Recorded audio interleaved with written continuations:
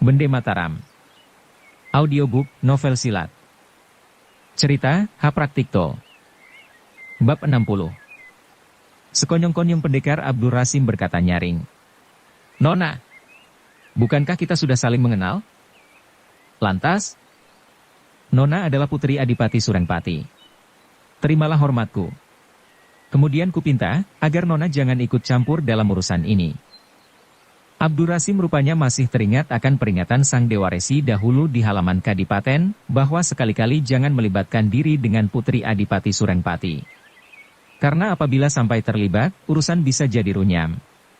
Adipati Surengpati yang disegani dan ditakuti semua orang gagah di penjuru tanah air ini, bagaimana bisa tinggal diam apabila mendengar putrinya dihina seseorang? Maka pendekar itu mencoba membersihkan diri. Sebaliknya, tatkala Bagus Kempong mendengar Abdur Rasim menyebutkan nama Adipati Surengpati, ketika itu juga berkerut-kerutlah dahinya.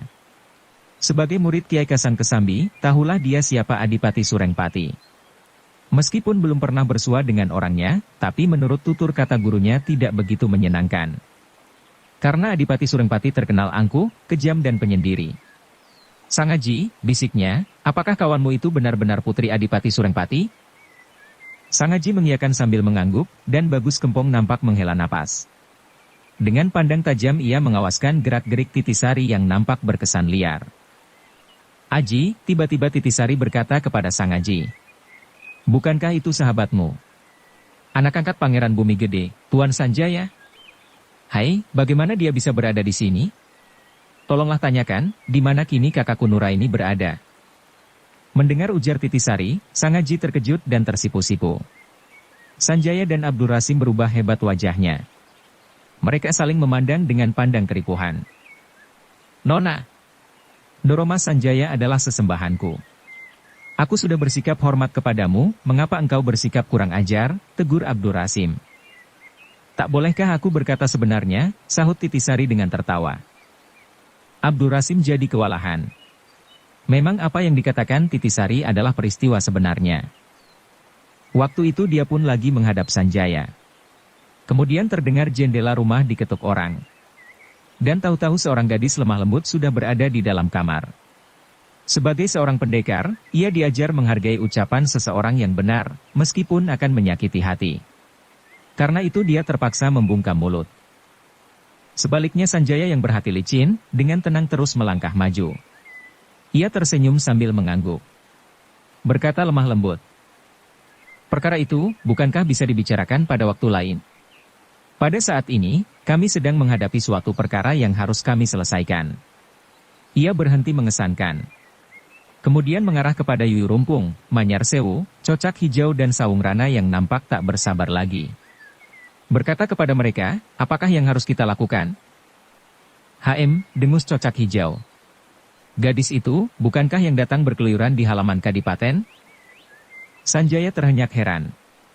Ia merenungi Titisari dengan pandang berkilat.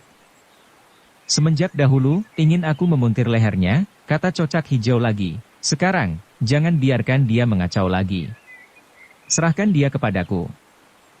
Tiba-tiba terdengarlah suara tertawa halus tetapi tajam menusuk hati. Itulah guru Sang Haji, sang perwira Wirapati. Pendekar itu dengan maju selangkah terus menungkas. Kata-katamu tidaklah mudah engkau laksanakan, selama aku masih berada di sini. Cobalah. Kata-kata Wirapati terkenal sederhana, tetapi berwibawa. Dan begitu mendengar ucapannya Cocak Hijau yang berwatak berangasan, lantas saja menggeser maju hendak melancarkan serangan. Tetapi Sanjaya dengan cepat mencegah. Katanya angkuh terhadap Wirapati. Antara kami dan Tuan belum pernah berkenalan. Kecuali tatkala Tuan berada di alun-alun Kadipaten Pekalongan. Waktu itu, kami berlaku lapang dada. Mengingat Tuan tidak tersangkut paut dalam urusan dahulu. Tapi kini, lainlah halnya. Tuan berani memasuki daerah terlarang kami. Tuan berani pula mengganggu pekerjaan kami. Itulah suatu pantangan bagi kami. Nah, kembalikan pusaka itu. Mendengar Sanjaya berbicara tentang pusaka, Sang Haji kaget. Dengan wajah berubah tegang, ia melemparkan pandang kepada Wirapati dan Titisari. Kemudian dengan perlahan-lahan ia memasuki gelanggang dan berdiri di samping gurunya. Kau berbicara tentang apa? Wirapati menegas dengan tenang. Tentang pusaka warisan kami. Apa sangkut pautnya dengan kami? HM. Sanjaya tersenyum manis. Kami bukan anak-anak yang belum pandai beringus. Bukankah Tuan Guru si bocah tolol itu, kami mempunyai persoalan sendiri. Beradanya Tuan di sekitar daerah terlarang itu, masakan secara kebetulan saja. Mestinya bocah tolol itu sudah mengungkapkan rahasia pusaka warisan kami kepada Tuan. Sangaji sudah biasa disebut sebagai anak tolol, ia tak memedulikan.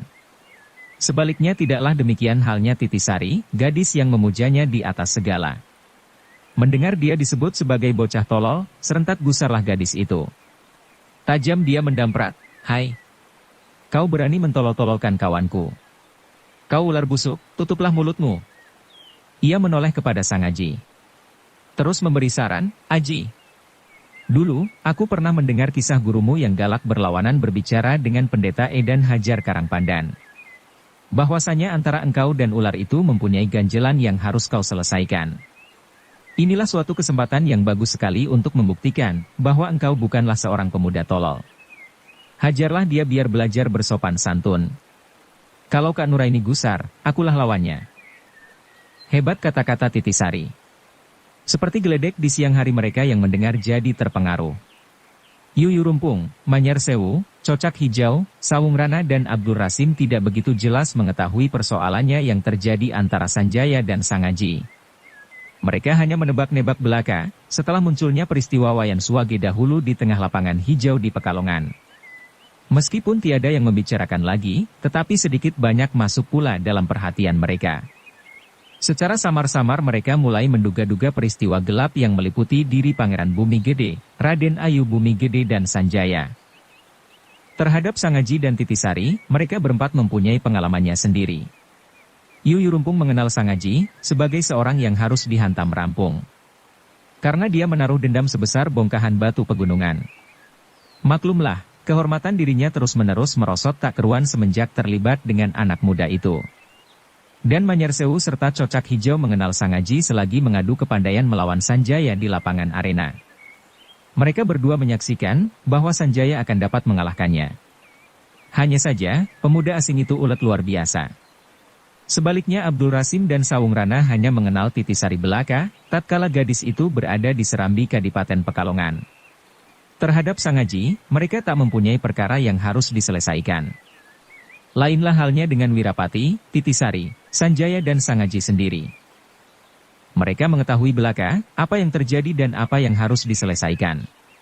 Dengan demikian, mereka yang terbersih dari sekalian anasir itu, hanyalah Bagus Kempong sebagai seorang pendekar murid Kiai Kasan Kesambi yang ketiga. Dia berada di luar garis dengan kepala berteka-teki. Maklumlah, dengan Wirapati baru saja dia bertemu. Waktu itu, dia lagi meronda mengelilingi wilayahnya. Mendadak saja, ia melihat seseorang yang lagi bertempur menghadapi kerebutan. Sebagai seorang murid Kiai Kasan Kesambi yang terkenal dan mengutamakan jiwa ksatria, heranlah dia menyaksikan suatu pertempuran berat sebelah. Itulah suatu perkelahian yang bertentangan dengan tata tertib seorang ksatria. Segera ia menghampiri. Alangkah kaget dan terharunya, karena tiba-tiba kenalah dia siapa yang lagi bertempur menghadapi kerebutan. Dialah adik seperguruan yang hilang tiada kabar beritanya selama 12 tahun. Tanpa ragu-ragu lagi, dia terus terjun ke gelanggang dan merabu musuh adik seperguruannya kalang kabut. Wirapati segera mengenal kakak seperguruannya. Hatinya terharu bukan kepalang. Ingin dia cepat-cepat menyelesaikan pertempuran itu. Tetapi lawannya bukanlah lawan sembarangan. Kecuali berjumlah lebih banyak, sesungguhnya termasuk golongan pendekar-pendekar sakti pilihan.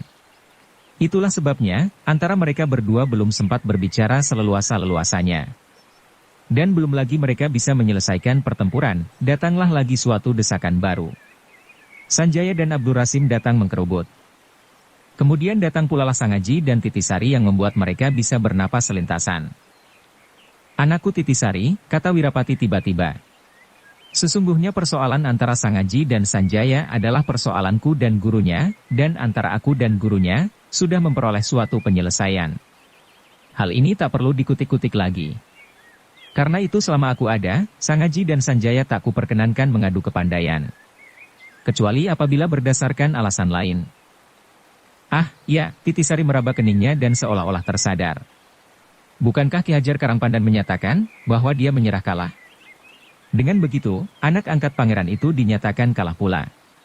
Jika demikian sama sekali tidak pada tempatnya dia menyebut Sang Aji dengan istilah tolol. Bahkan dialah sebenarnya yang tolol sebagai jago godogan. Bukankah begitu? Terang sekali, Titisari menjatuhkan pamor Sanjaya di hadapan orang banyak. Karuan saja, Sanjaya yang biasa mengagung-agungkan diri menjadi mendongkol. Dengan mata berkilatan dia berkata, "Nona, aku bukan guruku. Guruku bukan aku pula." "Bagus," potong Titisari. Kemudian menoleh kepada Wirapati seraya berkata membakar hati. Dialah yang menantang. Apakah kita akan membiarkan tantangan itu tak terjawab? Wirapati kenal akan kenakalan dan keliaran Titisari sewaktu berada di tengah lapangan hijau di Pekalongan. Ia tahu pula bahwa otaknya cerdas luar biasa. Tetapi sebagai seorang pendekar yang sudah berpengalaman, tak gampang-gampang kena terbakar hatinya. Kehormatan dirinya, melarang muridnya bertempur melawan seseorang murid tanpa kehadiran gurunya. Maka dengan tenang dia berkata, "Sudah kukatakan, selama aku berada di sini, tidak kuperkenankan mereka mengadu kepandaian. Aku khawatir akan ditertawakan para saktiawan seluruh dunia ini." Baik. Paman bersitegang mempertahankan kehormatan diri. Tapi mengapa Paman sampai terlibat dalam pertempuran melawan mereka? Paman ternyata dikerubut mereka yang tak tahu malu. Apakah menghadapi bangsa cecurut demikian, masih perlu Paman menginjak sendi-sendi kehormatan diri?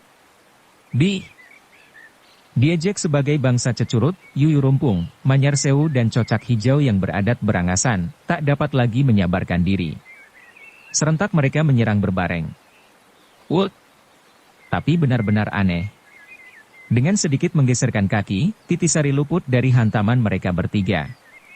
Keruan saja muka mereka berubah hebat. Nah, tuh lihat. Bukankah mereka benar-benar bangsa cecurut, ejek Titisari. Wirapati dan Bagus Kempong terkesiap hatinya, tatkala gadis itu diserang 3 pendekar dengan berbareng. Mau mereka bergerak mengulur tangan. Tapi ternyata Titisari jauh lebih gesit daripada mereka. Maka diam-diam mereka kagum kepada kegesitannya. "Jahanam anak haram," maki Yuyu Rumpung. "Jangan terburu-buru berbesar hati, engkau bisa mengelakkan serangan kami. Hayo maju. Akulah yang mewakili Ndoromas Sanjaya." "Ih, bandot tua ini benar-benar tak tahu malu," balas Titisari. "Aji, kau wakili aku menghajar botaknya yang mengkilat itu." Yuyu Rumpung benar-benar kewalahan. Segera ia menarik kedua tangannya bersiap menyerang. Waktu itu Sang Aji telah memasuki gelanggang. "Aji, mundur," seru Wirapati yang mengkhawatirkan keselamatan muridnya. "Bukankah sudah kupesankan padamu bahwa engkau harus menghindari dia?" Tetapi Titisari menyahut, "Paman. Terhadap si botak bandotan ini, tak perlu Paman membesarkan hatinya. Dia pantas dihajar. Dan biarlah Aji mengajar mulutnya yang kotor. Bukankah Paman bertempur melawan mereka untuk mempertahankan pusaka warisan Aji?" Ternyata anak angkat pangeran itu merasa diri berhak mewarisi pusaka ayahnya. Idih. Terhadap ayah kandungnya tidak mau mengakui, tetapi begitu mendengar pusakanya, mulutnya lantas mengiler. Benar-benar berhati jahanam. Memang Titisari benci benar terhadap Yuyu Rumpung. Pertama-tama, ia pernah bertempur dan pernah melihat pemuda pujaannya dikalahkan sewaktu baru memiliki ilmu sakti Kumayan Jati 3 jurus. Dalam hatinya kini ingin menguji ilmu sakti Kumayan Jati yang sudah dimiliki Sang Aji dengan lengkap. Ia percaya bahwa Sang Aji akan dapat menaklukkan pendekar itu sampai 7 turunan. Kalau harapannya ini terkabulkan, bukankah Wirapati akan kagum pula kepadanya? Tetapi ucapan Titisari tanpa disadarinya sendiri, telah menusuk hati 2 orang. Selain Yuyu Rumpung, Sanjaya pula. Pemuda itu sekaligus menggerung karena geramnya. Dengan meluapnya amarahnya, ia terus menerjang dengan satu jurus serangan yang sangat berbahaya. Tangannya mencengkeram dan mengancam kepala. Itulah jurus ilmu sesat ajaran iblis Pringga Sakti. Sang Aji terkejut melihat serangan itu. Teringatlah dia bahwa dengan jurus itu pula pergelangan tangan Wayan Suwage kena dipatahkan. Dan begitu teringat akan nasib Wayan Suwage, sekaligus tergetarlah hatinya. Suatu endapan api amarah bergolak dalam dadanya. Rasa muak dan jijik terhadap Sanjaya sekaligus meledak dahsyat. Dan tanpa dipikir lagi, ia menyambut serangan Sanjaya dengan satu jurus ilmu sakti Kumayan Jati yang maha kuat. Boom! Seperti layang-layang terputus, Sanjaya terpelanting 10 langkah dan jatuh terjungkal di atas tanah dengan memuntahkan darah. Semua orang terkejut menyaksikan peristiwa yang terjadi dengan secepat itu. Titisari yang tahu akan kehebatan ilmu sakti Kumayan Jati, terkejut juga. Sama sekali tak diduganya, bahwa Sangaji dapat memukul roboh Sanjaya hanya dalam satu gebrakan saja. Monyet! Binatang, maki Yuyu Rumpung kalang kabut. Dia terus menyerang dengan kedua tangannya berbareng. Tenaganya tak terperikan besarnya. Waktu itu Sangaji sedang dalam termangu-mangu. Seperti Titisari, sama sekali tak diduganya bahwa ilmu saktinya sudah maju demikian pesat, sehingga dapat menumbangkan Sanjaya dalam satu gebrak. Ia heran berbareng terharu. Sebab betapapun juga Sanjaya adalah teman sepermainan sewaktu kanak-kanak. Meskipun kesan hati kanak-kanaknya sudah terlalu samar-samar, tetapi terhadap Wayan Swagi ia mempunyai kesan mendalam. Mendadak saja ia mendengar kesiuran angin. Aji! Awas! Teriak Titisari terperanjat. Syukur, Sangaji sudah memiliki ilmu petak pendekar sakti Gagak Seta. Dalam keadaan terjepit, kakinya terus menjejak tanah. Dengan sedikit menggeserkan kaki ia terhindar dari mara bahaya. Kemudian ia melontarkan serangan balasan dengan menggunakan jurus Jaga Saradenta dan Wirapati berbareng. Yuyu Rumpung telah mengenal ilmu sakti pemuda itu, tatkala bertempur di luar dusun Karangtinalang. Teringat akan kedahsyatan ilmu itu, serta pula menyaksikan bagaimana Sanjaya roboh dalam satu gebrakan saja terus ia menjatuhkan diri ke tanah dengan bergulungan. Hasilnya ia benar-benar tertipu. Ternyata pukulan Sangaji adalah pukulan biasa. Meskipun demikian, karena Sangaji kini sudah memiliki ilmu tata pernapasan Gagak Seta, tenaga pukulannya berderu juga. Seumpama pukulan mendarat di dagunya belum tentu dia bisa mempertahankan diri. Anakku Sangaji, seru Wirapati. Janganlah tergesa-gesa hendak merebut kemenangan dengan cepat. Mendengar suara gurunya, hati Sangaji terbombong. Tekadnya menjadi bulat untuk memperlihatkan kemampuannya di hadapan gurunya. Maka ia menghampiri Yuyu Rumpung yang sudah bersiaga membalas serangan. Sangaji telah memperoleh pengalaman bertempur melawan Sang Dewa Resi. Meskipun gaya ilmu serangan Yuyu Rumpung berbeda dengan Sang Dewa Resi, tetapi titik tolaknya ada persamaannya. Yakni, mengutamakan kelincahan dan kedahsyatan tenaga. Biarlah aku berhemat melepaskan tinju Kumayan Jati, pikirnya. Dan berbekal pikiran demikian, ia melawan Yuyu Rumpung dengan ilmu Jaga Saradenta dan Wirapati yang diaduknya serapih mungkin. Itulah sebabnya, maka pertempuran nampak berimbang. Diam-diam Wirapati bergembira dalam hati, menyaksikan kemajuan muridnya. Ternyata tenaga Sangaji jauh berbeda dengan kemampuannya 2 bulan yang lalu. Kini, setiap pukulannya mempunyai pengaruh yang cukup menggetarkan. Kesiur angin berderu-deru menyapu samping-menyamping. Tetapi lawan yang dihadapinya bukanlah lawan yang empuk. Bagaimanapun juga, Yuyu Rumpung adalah seorang pendekar sakti, mahaguru dan penasehat Sang Dewa Resi. Dengan Wirapati saja, belum tentu dapat dikalahkan. Kau mencari mampus. Jangan salahkan aku, ancam Yuyu Rumpung dengan gemas. Terus saja ia merangsek maju. Aji, jangan terlalu banyak memberi hati, seru Titisari nyaring. Mendengar seruan kekasihnya dan melihat serangan Yuyu Rumpung kian berbahaya, Sangaji terus merubah tata berkelahinya. Perlahan-lahan ia meninggalkan jurus-jurus ilmu Jaga Saradenta yang mengutamakan tenaga jasmani. Kemudian bergerak lincah, memasuki ilmu Wirapati. Bagus, pikir Yuyu Rumpung gembira. Tahulah aku sekarang. Anak itu hanya memiliki tenaga dahsyat. Ilmunya tiada yang istimewa. Biarlah kini kukurungnya. Memperoleh pikiran demikian, ia meloncat ke samping dan melibat rapat. Titisari jadi bingung menyaksikan Sangaji terkurung rapat, ia berharap-harap, agar kekasihnya mengeluarkan ilmu saktinya Kumayan Jati. Namun sekian lama, masih saja kekasihnya berputar-putar dengan tangkisan dan pukulan jasmaniah belaka. Gelisah ia melemparkan pandang kepada Wirapati yang nampak pula mengerutkan dahi. Rupanya Wirapati mencemaskan muridnya pula. Sebagai seorang guru inginlah dia menolong muridnya. Tetapi jiwa ksatria tidak memperkenankan. Mendadak terdengar Sangaji berkata nyaring. Guru. Titisari. Izinkanlah aku menghajar orang ini. Setelah berkata demikian, tangannya mulai bergerak aneh. Kemudian mengibas udara dan terus membalas merangset. Yuyu Rumpung melihat gerakan aneh itu. Sebagai seorang pendekar yang sudah biasa mengagungkan kepandaian sendiri, tak mau ia mendesak.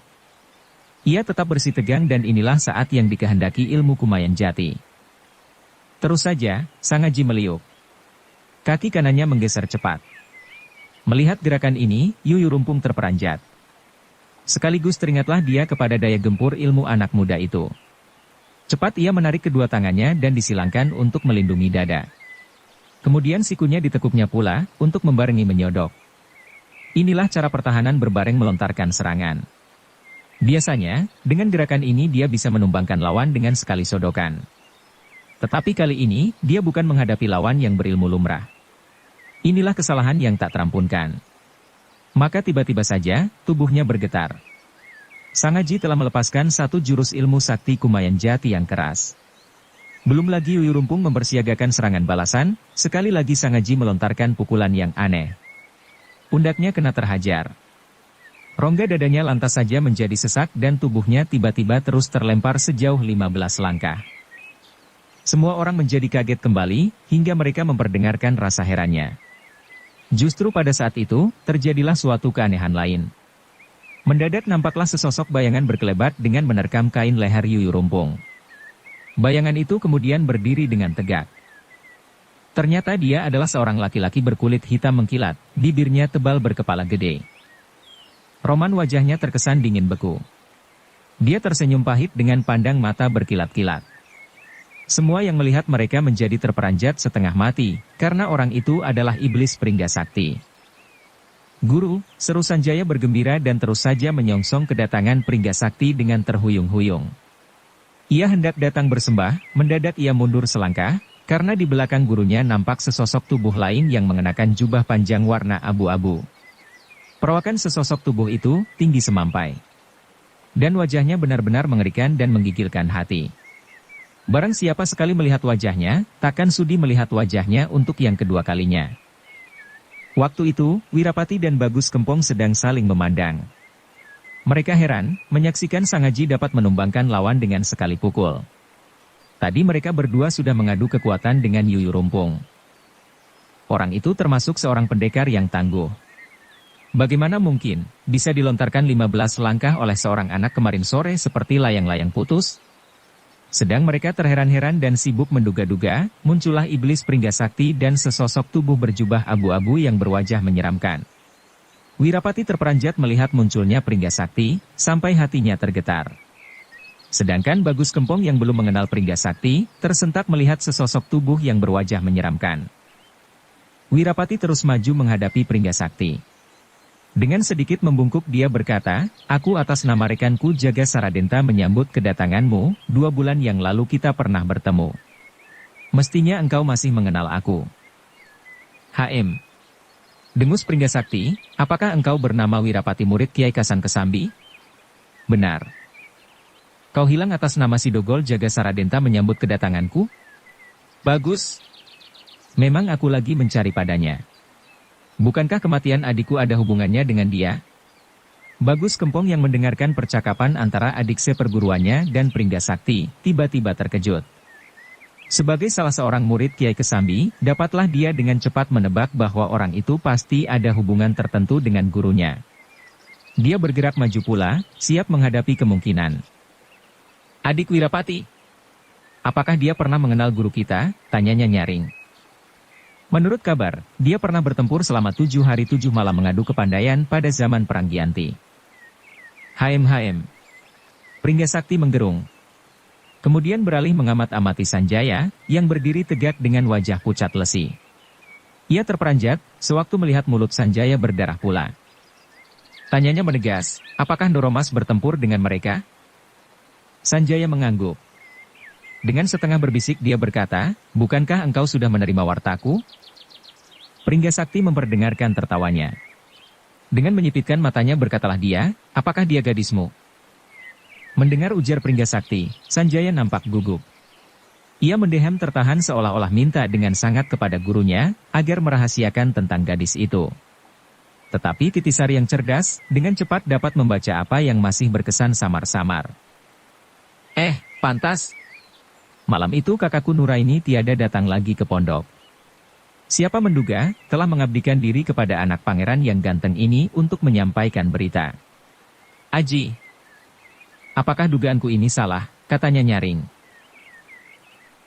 Sang Aji adalah seorang pemuda yang berhati sederhana. Ia tak pandai menangkap kalimat-kalimat sindiran atau ejekan tajam. Lagi pula, pada saat itu hatinya sedang tegang, melihat kedatangan Pringgasakti dan sosok tubuh yang berjubah abu-abu yang tetap berdiam diri seperti tugu tak bernyawa.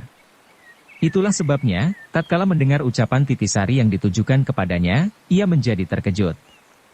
Gugup ia hendak menjawab, tetapi mendadak terdengarlah Pringgasakti tertawa bergelora. Adik kecilku. Rupanya kita selalu berjodoh untuk selalu bertemu, katanya. Abu. Benar-benar engkau tak memandang mata terhadap ayahku, damprat Titisari geram. Kau hilang apa? Sahut Pringgasakti cepat. Hatinya tergetar juga, meskipun gadis itu menggunakan nama ayahnya untuk menciutkan keberaniannya. Yuyu rumpung yang sejak tadi diterkamnya sampai tak berkutik, dilemparkan seperti sekantung goni. Ia kena pukul ilmu sakti Kumayan Jati yang membuatnya terlempar sampai 15 langkah. Belum lagi bisa tegak di atas tanah. Tahu-tahu kain lehernya kena terkam Pringgasakti dan ia terus dijinjing seperti sekantung goni tak berharga. Dia terkatung-katung tanpa dapat berkutik, sementara Pringgasakti berbicara. Dan baru terlempar di atas tanah, sewaktu hati Pringgasakti tergetar oleh ucapan Titisari. Seluruh tubuhnya menjadi luar biasa dan dengan tertatih-tatih ia mencoba bangun, kemudian duduk di pinggir sana bagai seorang pengemis bangkrut. Kau hilang apa? Terdengar Pringgasakti mendesak. Di depanku engkau masih saja berani mengangkat-angkat kematian adikmu. Mengapa tak teringat akan budi ayahku? Itu adalah perkaraku, bentak Pringgasakti. Karena mengingat ayahmu, minggirlah kau. Enak saja bicara. Tahukah kamu, bahwa Paman Wirapati dan Paman Jaga Saradenta adalah guru sahabatku? Jika kamu berani menghinanya, samalah halnya engkau menghinaku dan menghina ayahku, ujar Titisari. Mendengar ujar Titisari, Pringgasakti nampak bergelisah. Bagaimanapun juga, ia benar-benar takut kepada ayah Titisari. Tetapi apabila bersikap mengalah terhadap seorang gadis kecil di depan para pendekar, bagaimana mungkin? Tiba-tiba terdengarlah Wirapati berkata menungkas, anakku Titisari, biarlah hal ini kita selesaikan sendiri. Antara aku dan dia, tiada mempunyai suatu perkara. Tetapi, apabila dia menghina rekanku Jaga Saradenta, bagaimana aku dapat bertopang dagu? Dahulu, aku pernah menerima janji Ki Tunjung Biru agar melupakan peristiwa balas dendam itu. Dan aku segera menerima serta menyetujui, karena aku tak mempunyai sesuatu perkara yang harus kuselesaikan. Jaga Saradenta pun menyetujui juga, meskipun wataknya yang berangasan, masih saja mengantongi dendam. Kini ku dengar, iblis itu mengungkit-ungkit kematian adiknya. Inilah suatu soal, di mana aku tak dapat berdiri di luar garis. Karena aku hadir, pada malam kematian saudaranya. Nah, biarlah dia mencari perhitungan kepadaku, apabila dia sengaja membuat gara-gara. Bagus. Bagus. Tuhan Maha Pemurah. Akhirnya dugaanku menemui kebenaran. Pringgasakti menggeram setinggi langit. Jadi benar-benarkah adikku mati, perbuatan kalian? Mendengar ucapan Pringgasakti, semua yang hadir kecuali Bagus Kempong kaget bercampur heran. Mereka semua pernah menyaksikan sepak terjang iblis itu yang sakti luar biasa. Mereka sibuk menduga-duga, pastilah saudaranya lebih hebat daripadanya. Bagaimana dapat dibinasakan oleh Wirapati? Pringgasakti. Meskipun saudaramu terbinasa, tapi dia mati secara ksatria. Beberapa lawannya, telah dapat ditewaskan pula. Itulah kejadian 5 tahun yang lalu, kata Wirapati dengan tenang. Dunia ini sesungguhnya luas. Tak dapatlah engkau sekali menjejak sudah menemukan dasarnya. Tetapi jika engkau penasaran kepadaku, nah majulah. Bersambung ke bab 61. Dukung kami dengan subscribe, follow, like, komen dan share. Terima kasih.